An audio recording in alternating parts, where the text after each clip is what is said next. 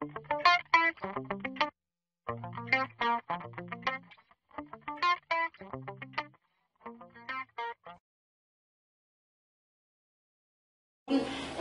l'associació Ateneu de Natura. Per tant, és una col·laboració en una entitat i a la vegada una col·laboració en Enric, que és un antic excursionista.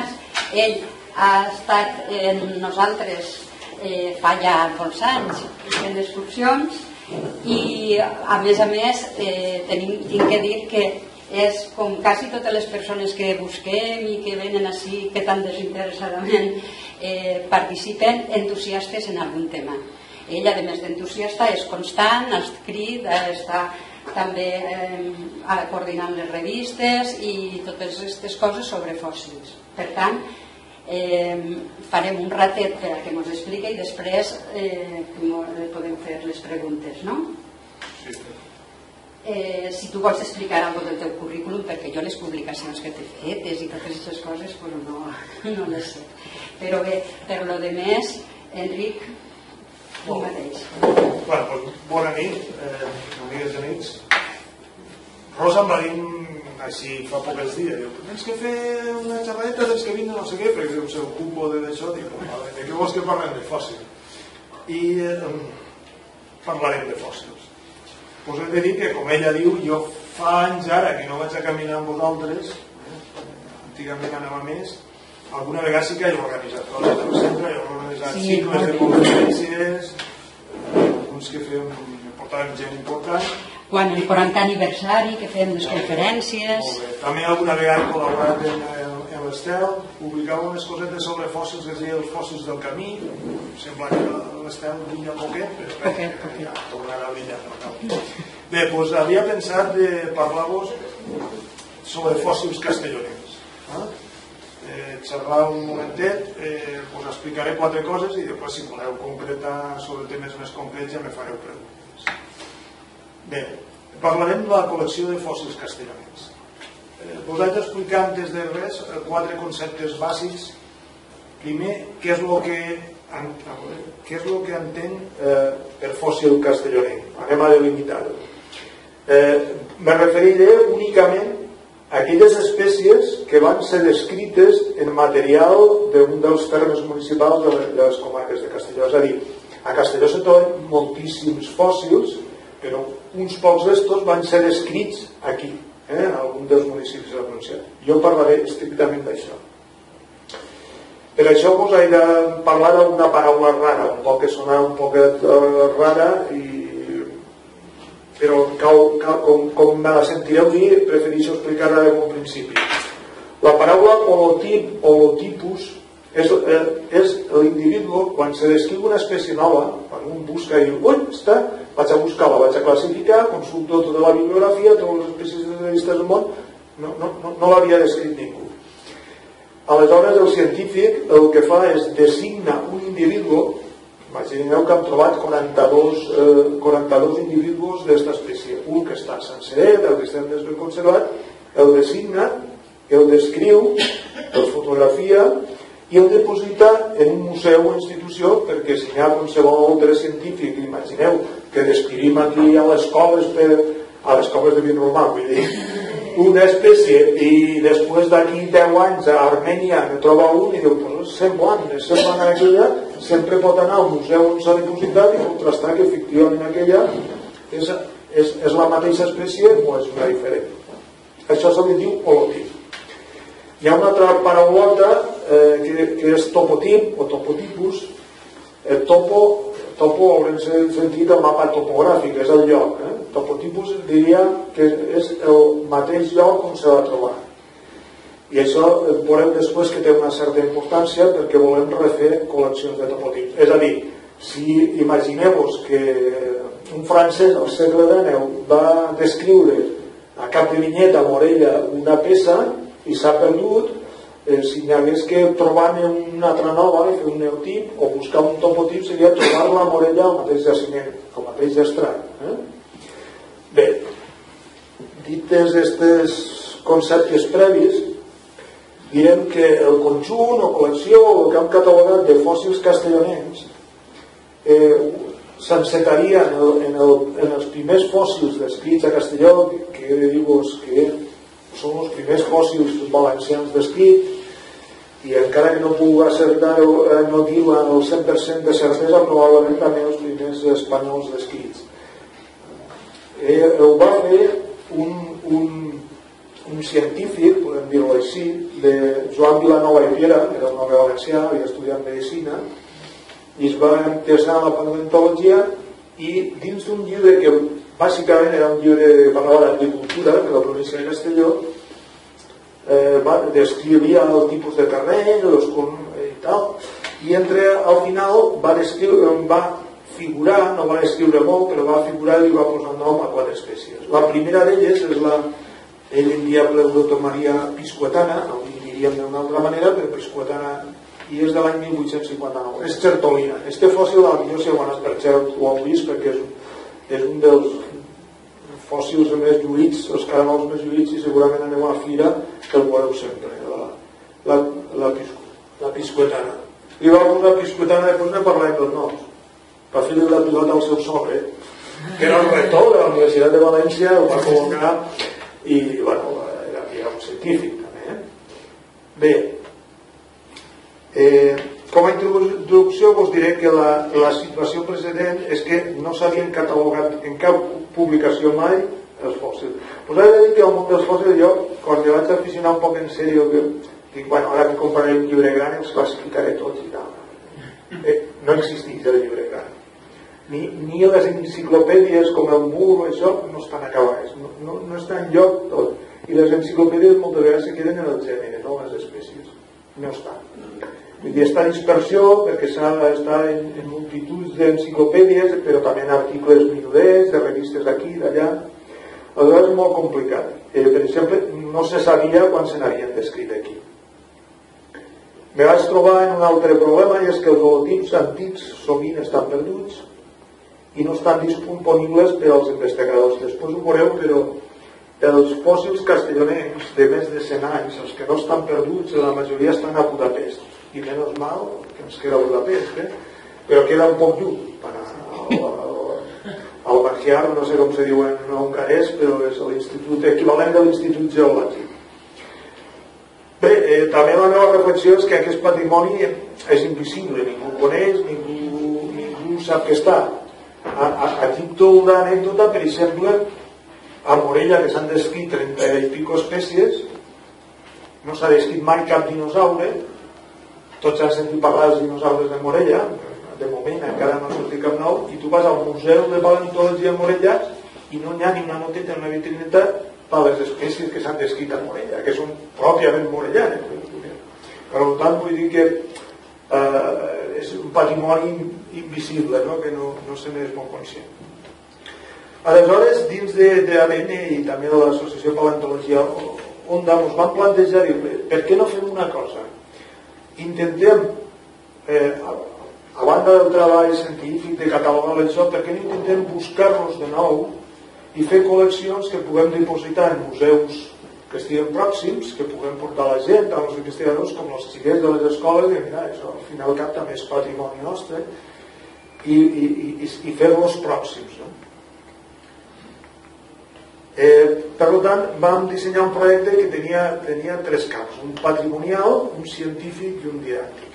En l'eix patrimonial el que plantejàvem és cercar en el camp topotip. Recordeu que topotip era trobar un fòssil al mateix poble, és allò que volia dir, vull buscar la petxineta precisament a les coves de Vinromà, perquè la van descriure a les coves de Vinromà, dipositar-les en museus i potenciar la seva valoració patrimonial, i a més dissenyar un material expositiu complementari, sobretot pensant en les aules i la didàctica. Bé, l'associació ha firmat uns convenis en bàsicament 3 museus: el Museu de Cinctorres, al vell mig dels ports, el Museu de la Valltorta i el Museu de Paleontologia d'Onda. A mi m'agradaria, especialment amb una dels assistents i Faragós, fer-ho també al Planetari de Castelló. Tinc un problema, i és que no tenen una col·lecció museística registrada. Clar, volem dipositar on tenen l'autorització de la Generalitat, Tenen uns poquets fòssils, però bàsicament tenen uns que els ha deixat una associació de guix de Vila-real que estan bé, la majoria són exòtics, però després tenen un amuntonament, un munt de vitrines que estan els mateixos fòssils, bàsicament les nàtiques estes de l'Onterivia amuntonades allí sense cap concert ni d'explicació ni didàctica. Entonces, no.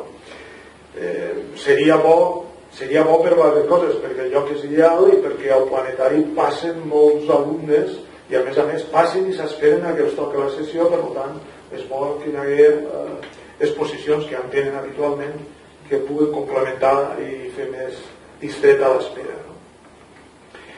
En l'eix científic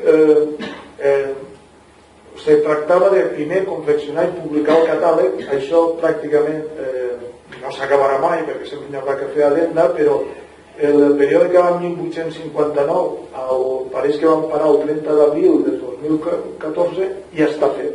El que vingui detrás ja no té este treball d'anys d'anar buscant articles aquí, article a Bèlgica, Suïssa, Itàlia, no sé què, que és un...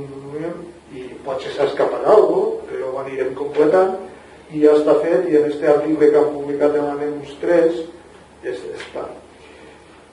Hem investigat també la disponibilitat dels holotips. Què ha passat en els fòssils? Pareix que si deposites un holotip en un museu, diu, bueno, ja està, no se conservarà tota la vida, ja veurem que hi ha sorpreses. Ens plantegem també revisar les espècies que calguen.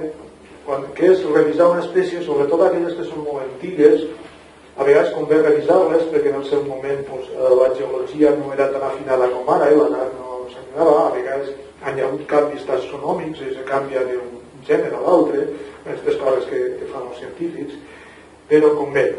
I en algun cas també designar nous neotips. Quan s'ha perdut un holotip no el tenim, i a vegades hi ha problemes saber quin és. Entonces, si teníem la sort de retrobar-ne, com en algun cas ha passat, al mateix municipi, doncs designar-ne un nou que substituís que havia perdut i dir, mira, ara el neotip és este. El designem aquí i està en este museu, en aquesta institució, per si algun científic vol comprovar. Finalment hi havia un eix didàctic que era divulgar aquest patrimoni entre el públic en general i potenciar l'ús didàctic en les col·leccions en primària i secundària. De fet, hem fet ja una petita col·lecció que és de 13 pòsters que són les làmines, que són el conjunt d'estos 136, me pareix que hi ha espècies descrites fins al moment que vam tallar. 136. Això ho hem fet, seria bo, teníem la pretensió de fer un puntet més, és a dir, quan els mestres planifiquen una unitat didàctica que en primària, secundària, geologia, paleontologia, n'hi ha poca cosa. A més, el mestre no té per què ser especialista en aquestes matèries, doncs seria la idea d'una web penjar-li material que l'ajuda a ell, doncs, si organitza una visita, va anar a la Vall d'Horta o a un dels museus de la col·lecció, quatre conceptes més bàsics de les edats, dels estats o alguna cosa que l'ajuda al mestre a tenir en petits powers o això, material que l'ajuda a ella, li faci més planer posar-se en l'activitat aquesta.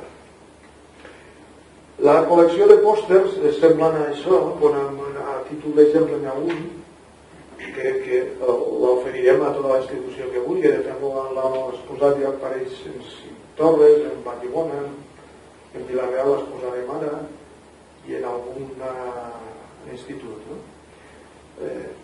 Les imatges heu de pensar que la majoria, sempre que ha sigut possible, hem utilitzat les imatges originals, no són molt bones, els escrits que anaven originalment i bueno, doncs són estos.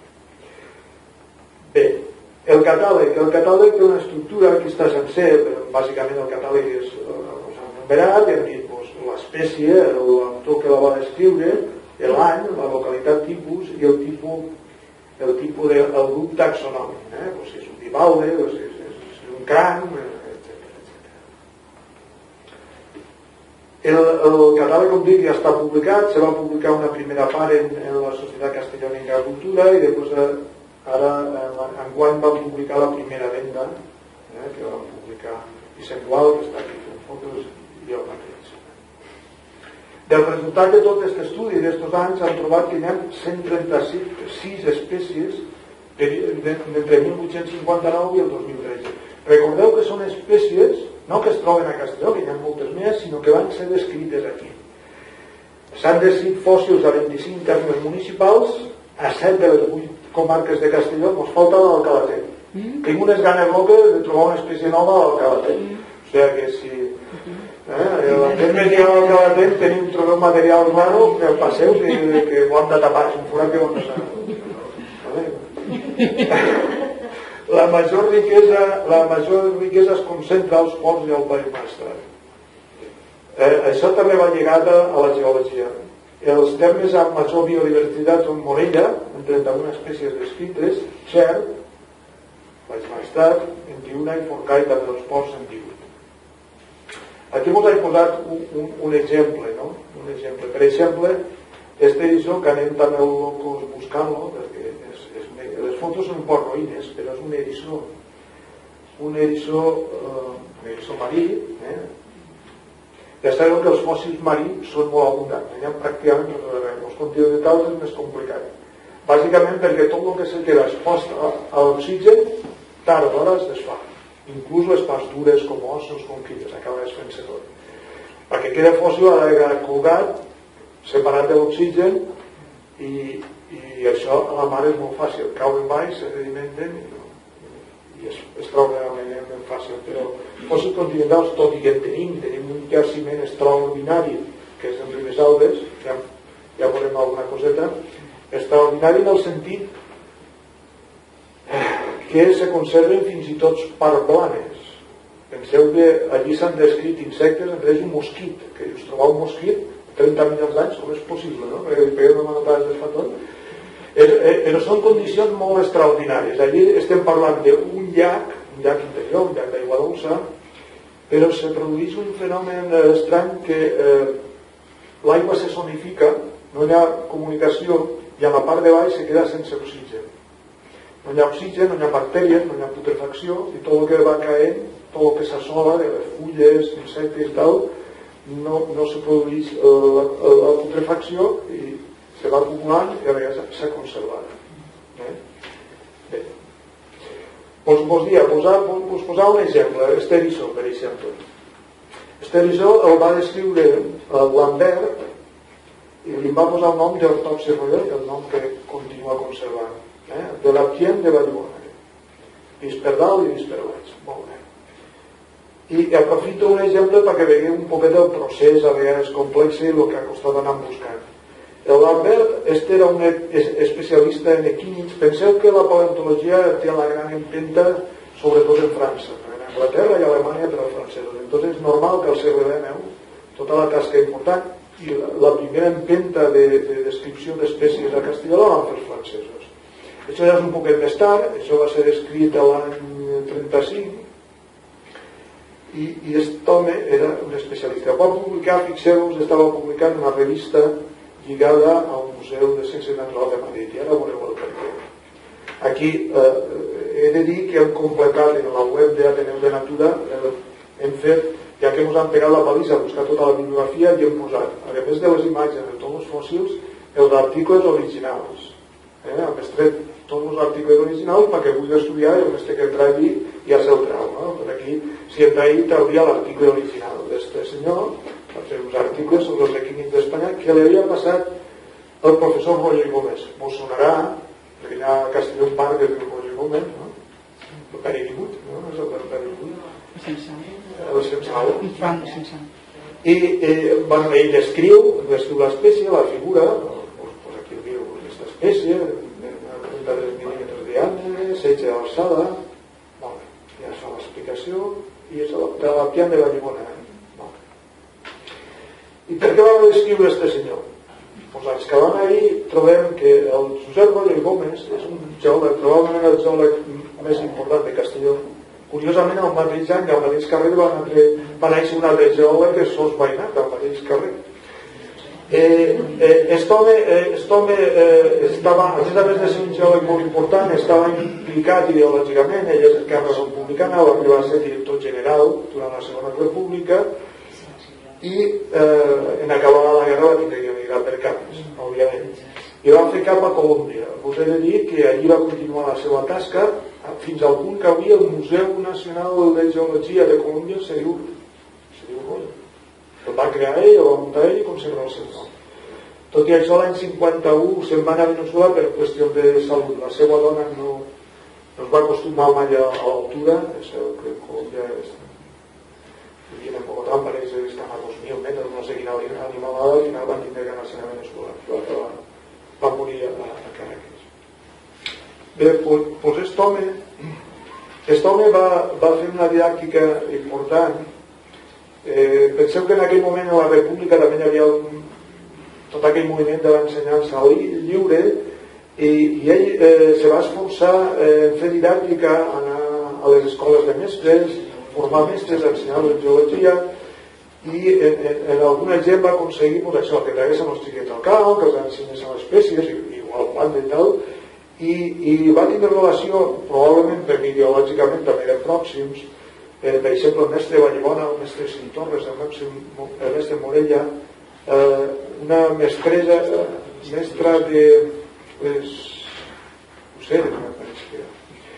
I fruit de tot això, a banda que els xiquets, la seva tasca encara està viva, jo recordo haver parlat en una bolet un dia que ens va parlar per les juntes de la pastora i els maquis, a l'hora de contar unes històries, quan li vaig preguntar per l'Santiago, me va dir que l'havia tingut de mestre i el primer que recordava és que no li pegava. Recordava que va ser el primer mestre de la Llimona que no li pegava. El record que tenia. Bé, doncs avui en dia, per exemple, encara es conserva. Jo vaig anar a Madrid a veure-ho i diu, este és el logotip, aquestes fotos són meues, però de l'original que es conserva al museu. I les va enviar a Vicent Tirado. Vicent Tirado probablement deduïixo jo que és la persona que va en camisa blanca, perquè tots del poble no anaven de blanc, i els xiquets ja anaven a buscar fòssils. Segurament el tipus d'això potser són les argiles de Morella, també va enviar ossos de dinosaure. Va estar de mestre de 1928 a 1934. Ell, com el de Morella i com el de Cintorres, van remetre segurament per el Consell de Royo al Museu de Ciències Naturals. Royo estava treballant de conservador al Museu de Ciències Naturals. Royo, per exemple, quan va veure Esterissó i alguns més, va veure que era una cosa diferent i els va enviar l'especialista francès Lambert, que les va descriure i va publicar en la revista Relació al Museu, de les quals Royo formava part del Consell de Redacció per tenia facilitat. Una altra cosa que faig notar, perquè a vegades hi ha idees un poc equivocades al respecte, és que ara potser a vegades és més difícil buscar fòssils, a banda perquè estiguem més buscat, perquè zones que es van buscar ara a vegades són inaccessibles. Penseu que en aquell moment, per més que es digui, l'única energia que hi havia en aquest país, sobretot a la postguerra, en l'època d'autarquia, era la fusta, i es cremava, es carbonejava, es feia tot. Aquestes dues fotos són exactament del mateix lloc. Una és la va fer Sos, em sembla, per allà als anys 1930, 33 o d'això, i l'altra l'ha fet Vicent Gual l'any passat, o així. Era la silueta, però fixeu-vos que tot eren terrasses, tot era camp, i en tot cas molt pocs arbres, i ara està tot cobert per vegetació. Hi ha zones, sobretot quan hi ha màquia de matorral, que és inaccessible. Bé, anem a veure com estan distribuïdes geogràficament aquestes espècies noves que s'han descrit de Castellà. Vos he posat este planet i per tonalitats, el color més càlid s'han descrit més de 10 espècies, de 6 a 10, el verdet de 1 a 5, i els que estan en blanc és que no se n'ha descrit cap. Entre elles, tot el calatet, que van de solució.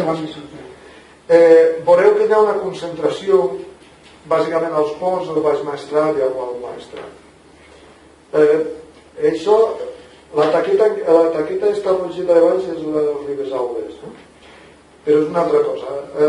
La taca gran està relacionada en una conca sedimentària. Què vol dir una conca sedimentària? Una conca sedimentària, diguem que era un mar prou pròxim al continent, entre continents, i que podria ser com ara està passant al Mediterrani en tot el que és la plataforma continental.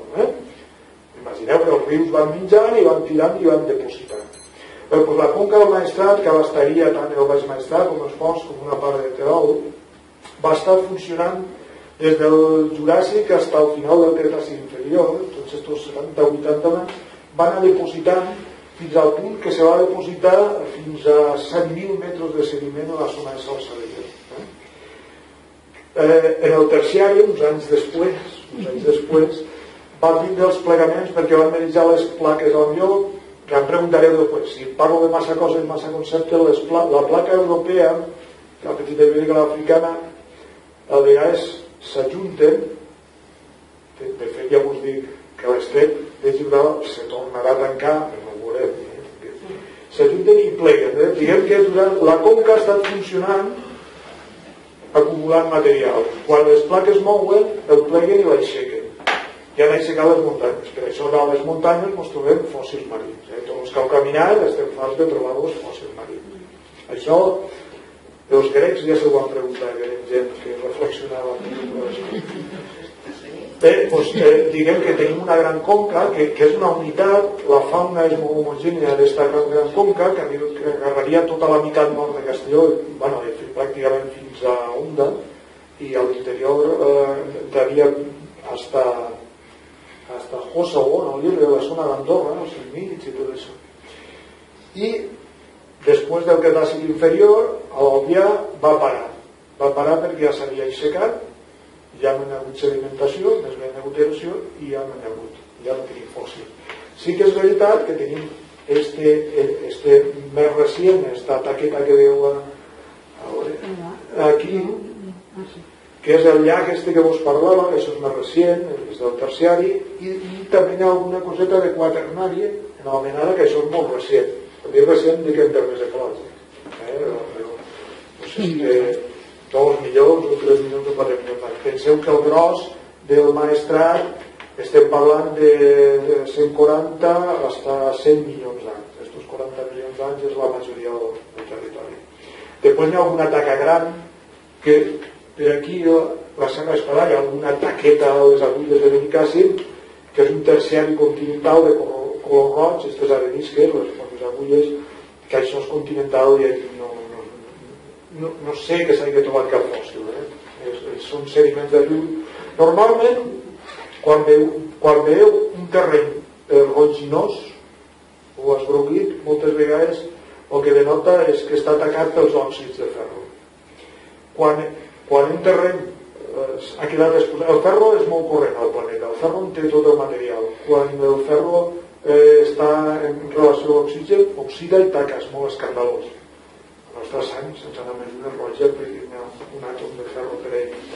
Vull dir, és molt escandalós, vull dir, ho té vist tot. Per exemple, les argiles roges de Morella és perquè és un delta.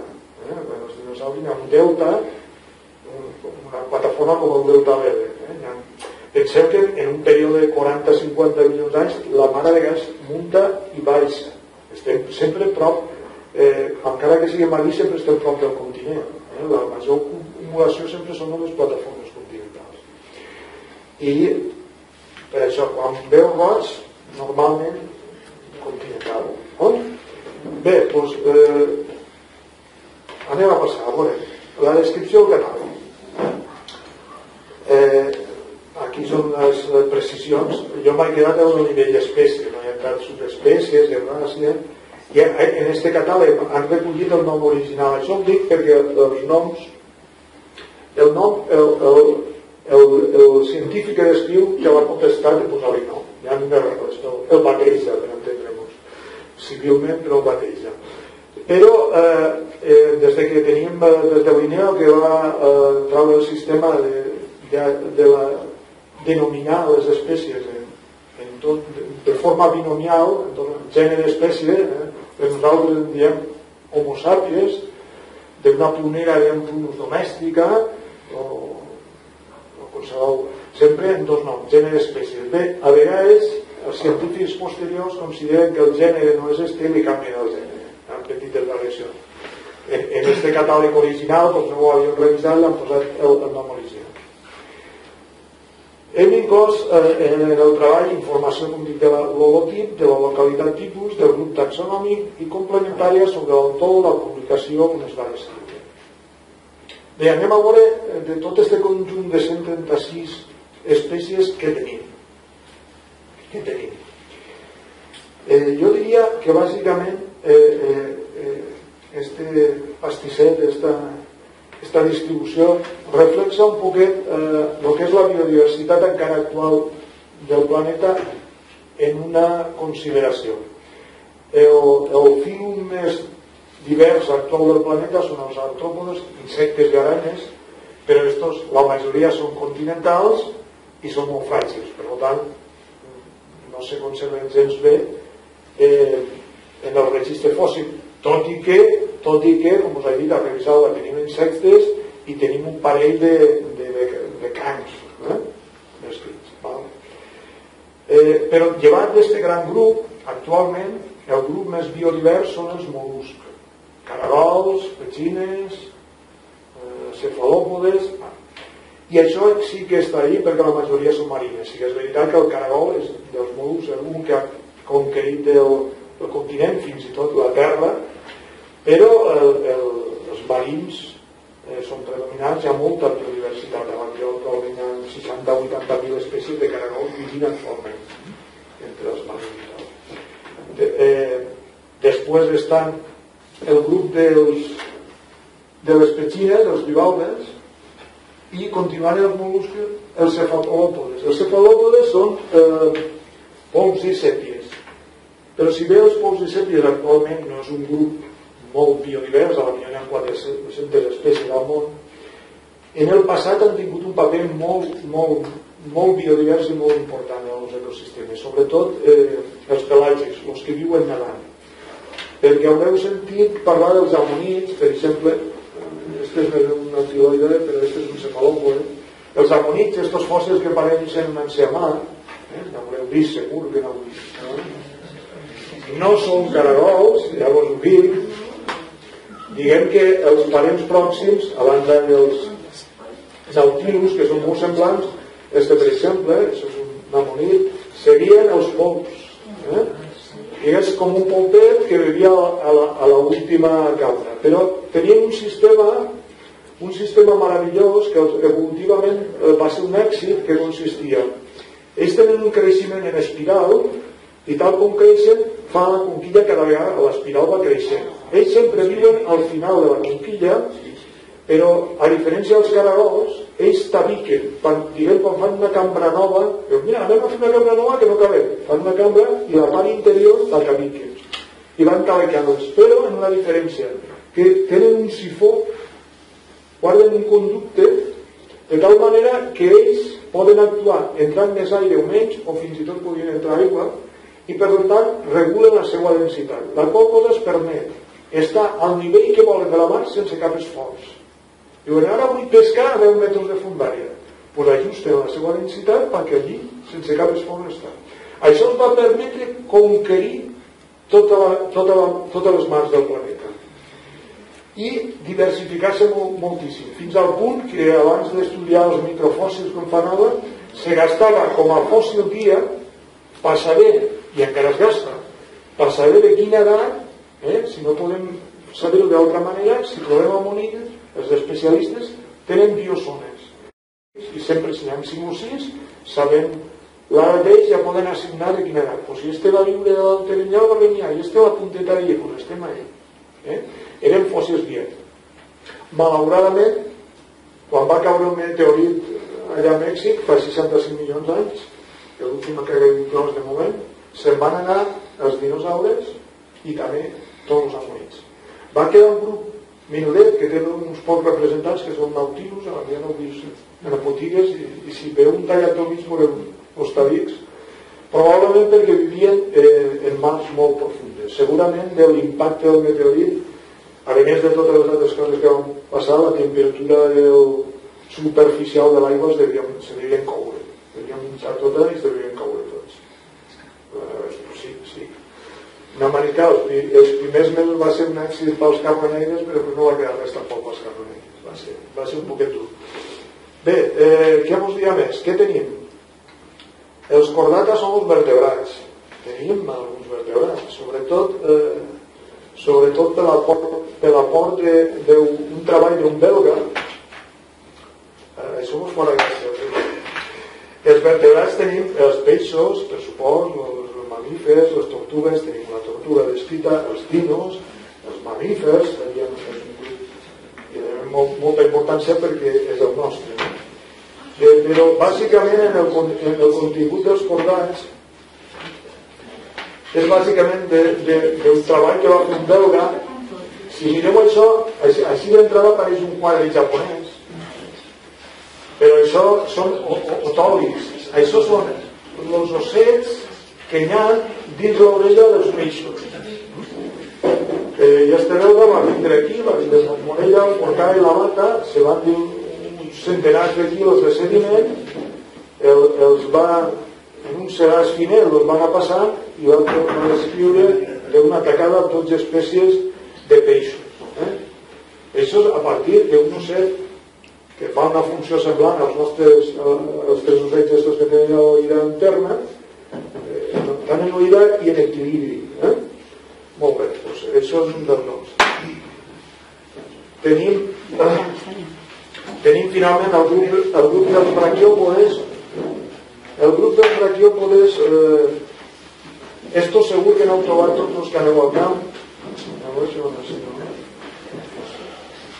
Els braquiòpodes són una cosa que a primer cop d'ull pot parèixer una petxineta, però és un fílum divers, no té res a veure, té el mateix que veure una petxina en un braquiòpode com l'altre una petxina, és un fílum totalment diferent. La diferència més fàcil de veure en principi és que les petxines normalment són dos valves que són simètriques normalment, una és igual que l'altra. Aquestes no, sempre són diferents i una té un foradet, un orifici que li serveix per tal una cosa semblant visco, que semblant com múscul i s'uneixen al substrat. Té dues diferències que són molt importants al model fòssil perquè se conserven de categoria. En canvi les petxines normalment no es conserven gens bé. De fet normalment trobem molles interns sense la conquilla. Les dues diferències bàsiques és que els braquiòpodes, com no tenen res que veure i a més tenen un os intern, ells fan força per obrir, de tal manera que quan se moren se queden sempre tancats. Les petxines fan força per tancar i a més el que les uneix és orgànic i tard o d'hora se desarticulen. Si es desarticulen normalment després no es conserven. I l'altra diferència, això sí que és una punyeteria que els paleontòlegs no es porten a publicar, i és que la majoria dels fòssils de mol·luscs, eriçons, braquiòpodes tenen una conquilladura de carbonat càlcic. El carbonat càlcic se presenta bàsicament en dues formes. Tenen la mateixa composició química, que són la calcita i l'aragonita. Són iguals, però l'organització dels àtoms és diferent. En principi no passa res, els de dretes i els d'esquerres, no passa res. Però a períodes molt llargs, i estem parlant de més de 100 milions d'anys, i ja se nota abans, l'aragonita és menys estable que la calcita i se dissol, l'aigua la dissol, de tal manera que aquelles conquilles que havien quedat l'aigua les fon. Per això el grup de caragols, que tots són d'aragonita, la majoria no es conserven, alguns jaciments molt concrets els quals vaig loco no es conserven. Els bivalves, la gran majoria de famílies no es conserven, salvo dos grans grups, les ostres, que sí que són de calcita i trobareu ostres per tot arreu, per exemple, i els pectínids. Els pectens són com esta que buscava, per exemple, aquí hi ha una esta. Venus naix d'un pectínid, el naixement de Venus. Estes sí que són de calcita, això. Els braquiòpodes, que us diré, també són de calcita. I tu trobes fòssils, per exemple, el Juràssic, de 190 milions d'anys estan perfectes. No sols això, sinó del primari, de 400 milions d'anys estan perfectes. Perquè és més estable.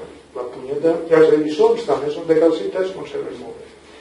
Però els caragols, que jo tinc més interès, una punyeteria, perquè normalment només trobes molles interns. Això estan bonics, normalment d'ells i tal, normalment a vegades conserven algun restes, però la majoria són el moll intern. Què és el moll intern? Normalment quan la petxina s'ha quedat coberta, no hi ha oxigen, no s'ha desarticulat, s'ha conservat fòssil, tota sencera, la conquilla, i dins el sediment ha entrat i l'ha reomplit. Quan a la millor 30 o 40 milions d'anys després l'aigua ni sol la conquilla, el que queda dins és el sediment, i el que ens arriba a la piscina és el món intern. Això té importància perquè per classificar-les la màxima informació que tenim és la conquilla, la decoració, la forma. Si perdem això només tenim el perfil i tal, és més complicat de classificar. Bueno, acabo. Hi ha un anèl·lic, hi ha un cuc de Sant Mateu, hi ha coralls, hi ha eriçons, hi ha foraminífers, i fins i tot una planta, que és de ribes, tot i que el meu pare no està ben classificada, a veure si la tenim per aquí. Diu l'autora que la va descriure que era un prunus preavium, és a dir, un cirerer, i el meu pare és més bé un lledoner, que està també tindria gràcia, no? Com de la plana un lledoner. Bé, ja fa 30 milions d'anys.